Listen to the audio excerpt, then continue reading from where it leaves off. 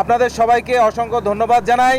আপনারা আমাদের সাথে গত রাত থেকে আজকে সারাদিন থেকে সংবাদ সংগ্রহ করেছেন এবং জনগণকে আমাদের কার্যক্রম সম্পর্কে জানতে সহায়তা করেছেন। সেজন্য সর্বপ্রথমে আপনাদের সবাইকে অসংখ্য ধন্যবাদ জানাই।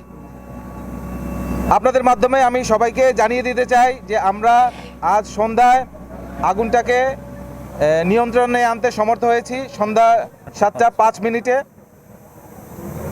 তো এখন আমরা আশা করছি আগুন আর আশেপাশে ছড়ানোর তেমন সম্ভাবনা নেই। তবে সম্পূর্ণ নির্বাপন করতে আমাদের আরও বেশ কিছু সময় লাগবে, কারণ এটা আপনারা জানেন যে টায়ারের আগুন, রাবার, প্লাস্টিক ইত্যাদির আগুন, যার কারণে আগুনটা এখনও ভেতরে অনেক দাহ্য পদার্থ রয়েছে এবং আগুনটা নিভাতে আরও বেশ কিছু সময় লাগবে। আসলে এখন আমাদের প্রথম দায়িত্ব হচ্ছে আগুনটাকে নিভানো। আগুন না নিভালে ভেতরে যদি কোনো ভিকটিম থেকেও থাকে আমরা তাদেরকে উদ্ধার করতে পারবো না।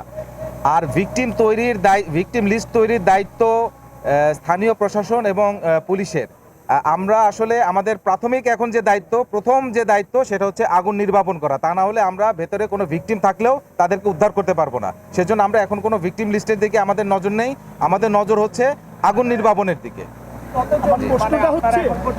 আমরা এ পর্যন্ত 14 জনকে উদ্ধার করতে পেরেছি গত রাত থেকে আজ সকাল পর্যন্ত, এবং তাদেরকে আমরা তাদের স্বজনের নিকট পাঠিয়ে দিয়েছি। যারা টুকটাক মাইনর ইনজুরি ছিল তাদেরকে প্রাথমিক চিকিৎসা দিয়ে ছেড়ে দেওয়া হয়েছে। আপনারা যদি এইভাবে কাউকে লিখতে দেখে থাকেন তাহলে তাকে প্রশ্ন করতে পারেন, বাট আমার এরকম কোনো আমরা এখনো তথ্য পাইনি যে কারো ভিকটিম লিস্ট করা হয়েছে বা এরকম করা হয়েছে।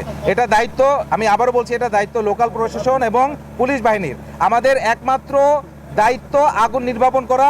আগুন নির্বাপন শেষে যদি ভেতরে কোনো ভিকটিম থাকে তাকে উদ্ধার করা। 21 ঘন্টা সময় লাগলো আগুন নিভাতে, তার কারণ এখানে ভেতরে টায়ার রয়েছে, রাবার রয়েছে এবং টায়ার তৈরির র মেটেরিয়াল যেগুলো অত্যন্ত দাহ্য আপনারা জানেন। তো এই কারণে আমাদের একটু আগুন নির্বাপন করতে একটু বেগ পেতে হচ্ছে, এ কারণে একটু দেরি হচ্ছে। কি কারণে আগুন লেগেছিল এবং কতটুকু ক্ষয়ক্ষতির পরিমাণ, এগুলো নিরূপণের জন্য অবশ্যই একটা তদন্ত কমিটি হবে এবং তদন্ত সাপেক্ষে আপনাদেরকে ক্ষয়ক্ষতির পরিমাণ পরবর্তীতে জানাতে পারবো। ভবনটি এখন অত্যন্ত ঝুঁকিপূর্ণ এবং এখানে আমরা দেখতে পাচ্ছি যে পাশের যে প্লাস্টার এবং ইটের দেয়াল ওটা ভেঙে ভেঙে পড়ছে, ইটগুলো আস্তে আস্তে খসে খসে পড়ছে। তো আমরা স্থানীয় জনসাধারণকে আপনাদের মাধ্যমে অনুরোধ জানাবো এই ভবনের আশেপাশে না থাকার জন্য। অধিকন্তু এই ভবনের আশেপাশে অন্যান্য ভবনে বেশ কিছু কেমিক্যাল, দাহ্য পদার্থ, কেমিক্যাল এবং বিস্ফোরক টাইপের কেমিক্যাল থাকার সম্ভাবনা রয়েছে। আমরা এখনও এখানে যেহেতু দায়িত্বশীল কাউকে পাইনি, আমরা কী টাইপের কেমিক্যাল বা দাহ্য পদার্থ থাকতে পারে সেটা এখনও আইডেন্টিফাই করতে পারিনি।